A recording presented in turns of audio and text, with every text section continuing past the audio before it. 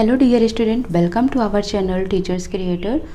इस सेशन में क्वेश्चंस आपका होगा what are the assessment approach, right it's fundamental components, जो कि आपका यूनिट 2 टूल्स एंड टेक्निक का है, assessment for learning subject BEd second year student के लिए। ठीक है, तो यहाँ पर बहुत ही बेसिक कॉन्सेप्ट हम समझेंगे कि असेसमेंट अप्रोच की डिफिनीशंस क्या है और इनके फंडामेंटल कंपोनेंट्स को समझ लेंगे।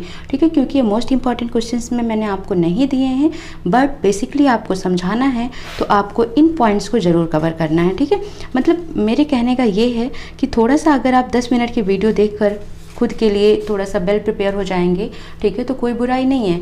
अगर आपने 10 मिनट का टाइम दे दिया, इस कॉन्सेप्ट को समझ लिया, तो एग्ज़ाम में जो मैंने इंपॉर्टेंट क्वेश्चंस दिए हैं आप उसको कवर करके जा रहे हैं, बट थोड़े बहुत टॉपिक इनको भी देख लिए हैं तो आप और भी अच्छे नंबर लेकर आ सकते हैं। ठीक है, तो स्टार्ट करते हैं इसका आंसर्स, बट इससे पहले प्लीज़ वीडियो को लाइक शेयर सब्सक्राइब जरूर करें। अपने फ्रेंड्स को, जो भी बीएड करने वाले स्टूडेंट्स हैं, उनको रिकमेंड करें ताकि उनको भी इसका बेनिफिट मिल सके। सो स्टार्ट करते हैं। हेडिंग रहेगी आपकी assessment approach. In assessment approach involve the use of empirical data on students learning to refine programme and improve students learning. ठीक है, असेसमेंट अप्रोच क्या है, इन्वॉल्व करती है, यानी कि ये अपने अंदर इन्वॉल्व करती है, चीज़ों को इंक्लूड करती है। क्या क्या?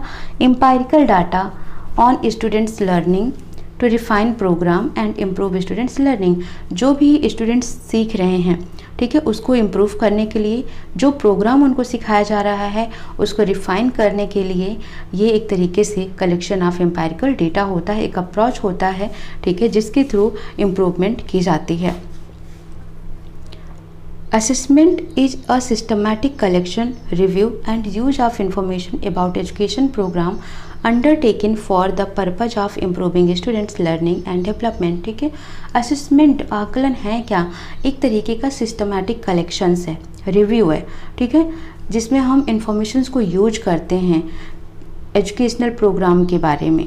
ठीक है, कि ऐसे कौन कौन सी चीज़ों से जो बच्चे हैं उनकी लर्निंग को, उनके डेवलपमेंट को इम्प्रूव किया जा सके। ठीक है, तो ये सभी चीज़ें हम जिस टेक्निक के थ्रू करते हैं, जो भी चीज़ें बनाते हैं, वो क्या कहलाता है? असेसमेंट कहलाता है। ठीक है, तो आप कह सकते हैं assessment is a systematic collection, review और use of information about education program undertaken for the purpose of improving students learning and development. बच्चों के लर्निंग और विकास को इम्प्रूव करने के उद्देश्य से, ठीक है, हम जो भी सिस्टमैटिक कलेक्शंस कर रहे हैं, रिव्यू कर रहे हैं या इंफॉर्मेशन का यूज कर रहे हैं एजुकेशनल प्रोग्राम के बारे में, वो क्या कहलाता है? असेसमेंट कहलाता है। ठीक है, अब क्वेश्चन था आपका what are the fundamental component of assessment. ठीक है, तो यहाँ पर आपको देखना है these are 4 fundamental elements of learner centred assessment. ठीक है, तो यहाँ पर 4 कंपोनेंट हैं असेसमेंट के। इन 4 कंपोनेंट्स को हम 1 बाय 1 एक्सप्लेन करते हैं। ठीक है, तो फर्स्ट ऑफ ऑल पहला है, यहाँ पर आपको देखने को मिलेगा formulate statement of intended learning outcomes. ठीक है, तो फर्स्ट में आपको ये देखना है, डायग्राम भी आपको ऐसे ही बनाना है। मान लो अगर आ जाता है, ठीक है, डायग्राम इस तरीके से रहेगा तो ये थोड़ा सा पेज भी कवर कर लेता है, ताकि जो आपकी सीट्स नहीं भरती हैं वो सीट्स फिल हो जाएंगी। ठीक है, तो फर्स्ट हमने क्या देखा? Formulate statement of intended learning outcomes.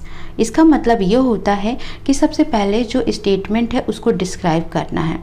ठीक है, कि स्टूडेंट क्या जानता है, क्या उसमें समझ है, उसकी नॉलेज क्या है। ठीक है, जब वो ग्रेजुएट हुआ था तो जब वो ग्रेजुएट हुआ था तो उसकी समझ, उसकी ज्ञान, उसके नॉलेज, इन सब चीज़ों को चेक करना, ठीक है, स्टेटमेंट बनाना, डिस्क्राइब करना, ये होता है formulate statement of intended learning outcome. Second है डेवलप और सेलेक्ट असेसमेंट मेजर। ठीक है, यानी कि डेवलपिंग करना है या सेलेक्टिंग करना है किसको? असेसमेंट मेजर्स को। ठीक है, तो यहाँ पर हम क्या करते हैं? डिजाइन करते हैं या सेलेक्ट करते हैं डेटा को, क्या करने के लिए? मेजर करने के लिए या एसेस करने के लिए कि जो उनकी लर्निंग थी, जो आउटकम्स होना चाहिए था, वो उन्होंने अचीव किया या नहीं अचीव किया। ठीक है, तो हम इसको दो तरीके से देख सकते हैं। एक तो हम डायरेक्ट मेथड से चेक कर सकते हैं कि जो हमें चाहिए था क्या उन्होंने उस आउटकम को अचीव किया है या नहीं किया है। तो पहला तो डायरेक्ट असेसमेंट से आप कर सकते हैं, दूसरा इनडायरेक्ट असेसमेंट से कर सकते हैं। डायरेक्ट असेसमेंट का मतलब हो गया जैसे आप केस स्टडी के थ्रू देख सकते हैं, ठीक है, पोर्टफोलियो के थ्रू, इंटरव्यू के थ्रू, ओरल एग्ज़ाम के थ्रू। तो डायरेक्ट एसेस कर सकते हैं कि बच्चे को जो अचीवमेंट होनी थी उसको वो अचीव किया है या नहीं किया है। ठीक है, दूसरा इनडायरेक्ट असेसमेंट आप कर सकते हैं। ठीक है, इनडायरेक्ट में जैसे कोई भी सर्वे हो गया और जैसे कि सेल्फ रिपोर्ट होता है, ठीक है, इस टाइप का, तो वो इनडायरेक्ट असेसमेंट में आ जाएगा। थर्ड हो जाता है create experiences leading to outcomes, या आप इसको कह सकते हैं creating experiences leading to outcomes. तो इसमें आपको क्या करना है, इंश्योर करना है कि जो स्टूडेंट्स हैं उनको मतलब जो भी कोर्स कराया जा रहा है उसके इनसाइड का भी और उसके आउटसाइड दोनों का ही नॉलेज उनके पास है, दोनों का ही एक्सपीरियंस उनके पास है, क्योंकि यही हेल्प करता है उनको इंटेंडेड लर्निंग आउटकम्स को अचीव करने में। ठीक है, तो यहाँ पर आपको याद रखना है कि ये चेक करना है कि क्या जो भी कोर्स करा रहे हैं आप उसके इनसाइड और आउटसाइड दोनों का एक्सपीरियंस है बच्चे के पास या नहीं। अगर होता है तभी वो एक इंटेंडेड लर्निंग को पा सकता है या फिर उसको अचीव कर सकता है। ठीक है, थर्ड आता है discussing and using assessment result to improve teaching and learning.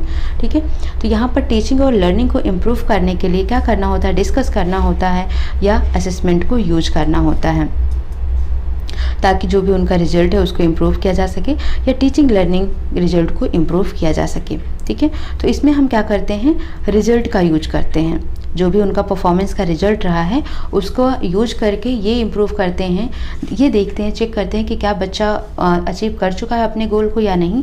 अगर नहीं कर चुका है तो फिर से उसको रीअसेस करने की ज़रूरत होती है, यानी कि फिर से उसको पूरा का पूरा प्रोसेस कराने की ज़रूरत होती है ताकि वो अपने गोल को, अपनी परफॉर्मेंस को बेहतर बनाकर अचीव कर सके। ओके, तो ये 4 कंपोनेंट्स आपको याद रखना है जो कि फंडामेंटल कंपोनेंट्स ऑफ असेसमेंट के नाम से जाने जाते हैं। मान लो आ भी जाए तो आप इसको आसानी से कर देना। सबसे पहले क्या करना है, फॉर्मुलेट करना है, ठीक है, स्टेटमेंट को। कि देखो एकदम इजी सा कॉन्सेप्ट है, कोई भी बच्चा आ रहा है ना एडमिशन लेने, तो सिंपल सा हम ये देखेंगे कि क्या वो इस काबिल है कि नहीं, वो अपने गोल को अचीव कर सकता है, रिजल्ट अच्छा ला सकता है, पास हो सकता है या नहीं। तो सबसे पहले हम इस चीज़ को देखते हैं। ठीक है, तो इसी को कहते हैं फॉर्मुलेट करना या स्टेटमेंट बनाना। दूसरा, डेवलप करते हैं या एसेस करते हैं, मेजर करते हैं कि जो बच्चा है, ठीक है, डायरेक्ट एसेस कर सकते हैं आप या इनडायरेक्ट एसेस कर सकते हैं। ठीक है, कि वो जो आप अचीवमेंट चाहते थे, ठीक है, वो उस चीज़ को अचीव कर लिया है या नहीं कर लिया है। ठीक है, ये आप डायरेक्ट इनडायरेक्ट दोनों तरीके से कर सकते हैं। तीसरा, उसके पास जो एक्सपीरियंस है इनसाइड और आउटसाइड उस टॉपिक को लेकर, ठीक है, क्या वो सफिशिएंट है ताकि वो अपने गोल को अचीव कर सके। और चौथा, उसके रिजल्ट को आप यूज करके, ठीक है, किसी भी इंडिविजुअल स्टूडेंट्स की परफॉर्मेंस को आप इम्प्रूव कर सकते हैं। तो ये हो गए 4 कंपोनेंट। ठीक है, तो वीडियो आपके लिए हेल्पफुल हो तो प्लीज़ लाइक शेयर सब्सक्राइब जरूर करें, जो कि मैं बार बार आपसे बोलती हूँ। ठीक है, क्योंकि आपका लाइक, आपका कमेंट और आपका सब्सक्रिप्शन, ठीक है, मोटिवेशन देता है मुझे। सो मिलते हैं नेक्स्ट सेशन में। Thank you for watching.